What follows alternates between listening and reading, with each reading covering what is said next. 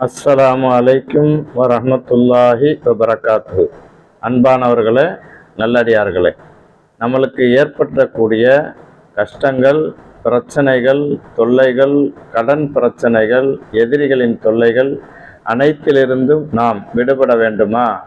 ஒரு திக்ரை வளமையாக்கி கொள்ள வேண்டும். அந்த திக்ரானது லா இலாஹ இல்லா அன்த சுபஹானக இன்னி குன்து மினல் லாலிமீன் என்று தினமும் 313 தடவை ஓதி வர வேண்டும். இதை வளமையாக்கி கொண்டால் அல்லாஹு நம்மளுடைய அனைத்து பிரச்சனைகளிலிருந்தும் நம்மளை விடுவிப்பானாக. இந்த திக்ரை தினமும் ஒரு நேரத்தில் வளமையாக்கி கொள்ள வேண்டும். இதை நாமும் பயன்படுத்தி பிறருக்கும் இதை எத்தி வைக்க வேண்டும். அஸ்ஸலாமு அலைக்கும் வரஹ்மத்துல்லாஹி வபரகாத்துஹு.